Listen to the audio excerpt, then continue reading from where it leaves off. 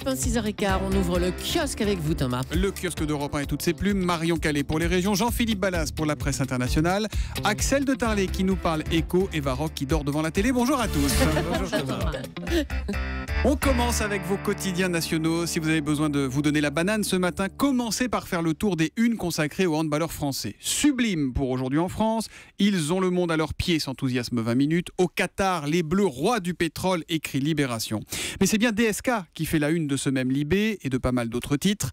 La fine équipe du Carlton se retrouve au tribunal, titre aujourd'hui en France, qui surnomme Strauss-Kahn le roi de la fête. Et si on parlait des victimes, s'indigne déjà l'Humanité, qui salue le courage des 4 prostituées qui vont venir témoigner au procès. Le Figaro fait sa une sur la législative partielle du Doubs, on en parlait dans les titres, un titre qui vaut analyse d'ailleurs. Sévère avertissement pour l'UMP. Et puis on retiendra un chiffre en page intérieure d'aujourd'hui en France, 1,5 milliard raflé au crime organisé. C'est l'impressionnant bilan des saisies des avoirs criminels en 2014. Alors ça va du compte bancaire aux immeubles. Il y a évidemment aussi des voitures de luxe que les forces de l'ordre peuvent désormais récupérer pour renforcer leur flotte. Ce qui est sûr en tout cas, c'est que policiers et gendarmes ont bien travaillé puisque ce chiffre, près de 500 millions d'euros, est en hausse de 27% par rapport à 2013. À la une des régions, Marion Calais, quelles sont les unes les plus marquantes dans la PQR, la presse quotidienne régionale, ce matin? Eh bien, ce mur de neige à la une de la Nouvelle République des Pyrénées, c'est la vague blanche en montagne, alors que la Voix du Nord évoque ses tricheries en station. C'est un peu à celle qui aura la plus longue de piste, bien sûr. Les stations auraient une fâcheuse tendance à gonfler les chiffres de leur domaine skiable. Dans Presse Océan, cette série noire inquiétante, celle des suicides en prison à Nantes. 3 en 11 jours au centre pénitentiaire de la ville. Et puis, un scrutin aussi à la une. Et on ne parle pas là de la législative partielle du Doubs, mais d'une consultation en Lorraine pour la construction d'une gare TGV à Vendières, à 20 km d'une gare TGV qui existe déjà. Le non l'emporte, nous dit l'Est républicain, selon des résultats provisoires. C'est en lisant le Télégramme que vous avez trouvé l'histoire du jour, l'histoire qui vous a le plus marqué. C'est le portrait d'un médecin de famille, pourtant coriace, mais qui se met en congé maladie. Oui, le doyen des médecins s'arrête à 93 ans. Le stéthoscope. C'est pas volé en même temps. Non, c'est pas volé. Le stéthoscope à 263 € qu'il venait d'acheter ne servira pas plus que la nouvelle voiture qu'il venait de s'offrir pour ses consultations à domicile, car le diagnostic est tombé. Le docteur François Lemaine, qui officie en Bretagne, souffre du cœur. C'est donc contraint et forcé qu'il s'arrête. Je ne voulais pas les quitter, dit-il dans le Télégramme. Je m'excuse de ne plus pouvoir continuer à les servir. Il faut dire quand même que sa dernière consultation, il l'a faite avec une béquille, lui qui, pendant 5 générations de patients, ne s'arrêtait même pas le dimanche ou le midi pour manger. Petite fierté quand même, il raconte au Télégramme tous les accouchements qu'il a pratiqués auprès des patientes de son village. Mon garagiste, je l'ai mis au monde, dit-il. Le kiné d'ici, le photographe de là-bas également. Voilà, petite fierté pour celui qui raccroche donc à l'âge de 93 ans. Et à qui des générations de familles doivent dire quand même merci d'avoir eux aussi un petit pincement au cœur. C'est donc à lire dans le Télégramme ce matin. À la une de la presse internationale, Jean-Philippe Ballas, le Japon en deuil après l'exécution d'un second otage en Syrie. Oui, il s'appelait Kenji Goto, il était journaliste, il avait 47 ans et son visage apparaît à la une de tous les médias japonais, comme le Japan Times, qui dresse le portrait de l'un des rares correspondants de guerre qui tenait à couvrir ce conflit malgré les risques et les mises en garde du gouvernement japonais. Kenji voulait par-dessus tout raconter la vie des gens ordinaires, se souvient un confrère, des gens comme vous et moi qui se retrouvent soudain au milieu de la guerre. Peu de gens sont capables de faire ça. Kenji Goto estimait aussi que le fait d'être japonais lui donnait un avantage unique sur les autres journalistes anglais, américains, parce que le Japon est un pays pacifiste qui ne participait pas aux frappes aériennes, c'est ce qu'explique un reporter japonais.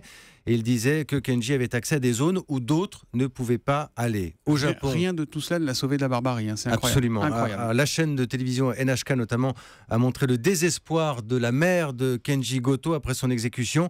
Kenji est parti et je ne peux pas trouver de mots, dit-elle. Beaucoup de Japonais d'ailleurs sont abasourdis, assommés par la nouvelle. Il faut dire que l'archipel semble bien loin, très loin de la Syrie.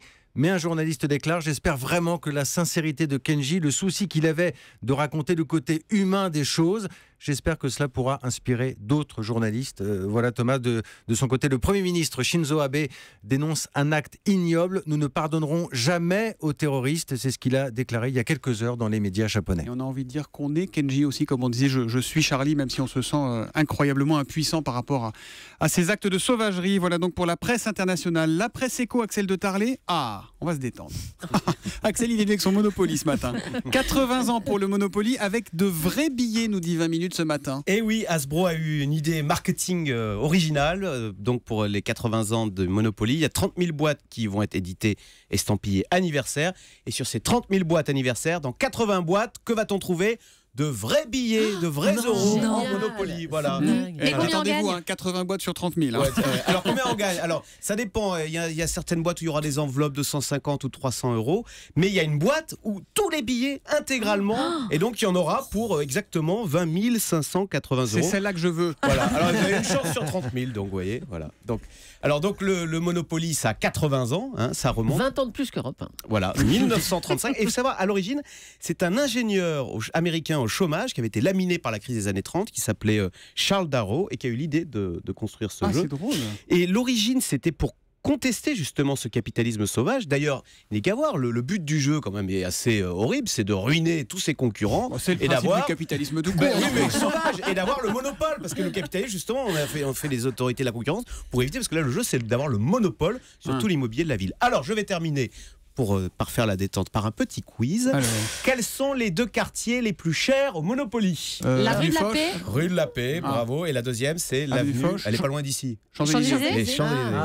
Bon, donc les deux quartiers les moins chers, vous les trouverez jamais. Les moins Belleville. chers. Belleville et bravo, vous avez beaucoup joué, Marion. Ouais. Belleville et rue Le Courbe. Pic. Rue Le Courbe, bravo. C'était les Non, Bleus. Le Pic, elle y est pas. Le Pic, elle y est pas. Rue Le Courbe, c'est pas de Rue Le l'air, Courbe. Voilà. Non, mais Bon, c'était maintenant, il y a Et dis donc, 80 ans. c'était à C'est ça, c'est des euros ou c'est des francs qu'on gagne dans votre Monopoly. Monopoly qui fête ses 80 ans, à peu près l'âge d'Axel de Tarlé. C'est donc la une de l'Écho ce matin. Ah oui, est-ce qu'ils ont changé leur carte au moment du passage de l'euro ? Ah oui, mais attends, c'est les euros. Ouais. Ah oui, ils ont C'est tout franc, changé. ouais. là. Oui, on va en parler en ancien franc, tout ça. Les victoires de la musique classique, c'est sur France 3, c'est à 20h50 ce soir et c'est le conseil télé d'Eva Rock. Et oui, c'est une fois par an, une seule fois en direct et en prime time, et c'est les victoires de la musique classique.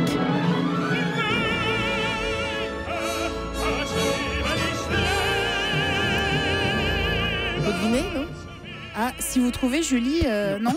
C'est Jonas Kaufmann qui interprète Je t'ai donné mon cœur de Franz Léard, le pays du sourire. D'ailleurs, il aura un prix ce soir. Ouais, exactement. Ok, je lis la fiche d'Eva. D'accord. C'est une victoire d'honneur pour le ténor de 45 ans au physique de mannequin. Et en fait, il est exactement le symbole de la nouvelle génération qui prend le pas sur toutes les scènes des opéras du monde entier. Même profil d'ailleurs pour une autre artiste qui recevra aussi une récompense d'honneur, la soprano Sonia Yoncheva.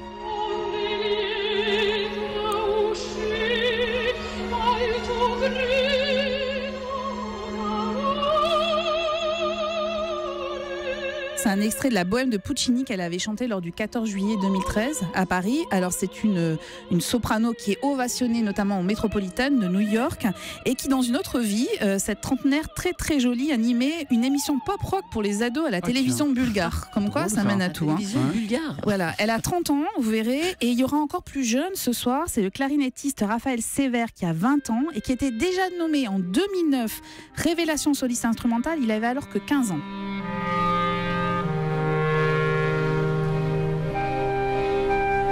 Stravinsky, 3 pièces pour clarinette solo. Et donc au total, ce soir, c'est 3 heures de grande musique qui vous attendent depuis l'auditorium de Lille, donc en direct, avec l'Orchestre National de la Ville qui sera dirigé par Jean-Claude Cadessus. Et au commentaire, Casatsu. Qu'est-ce que j'ai dit encore ? Casatsu, ouais. Et au commentaire, Louis Laforge et Frédéric Lodéon, qui est un formidable conteur et qui met en valeur vraiment la musique classique Frédéric depuis Lodéon, des il faut le années. regarder. Exactement. Les victoires de la musique classique sur France 3 à 20h50 ce soir. Rideau sur le kiosque.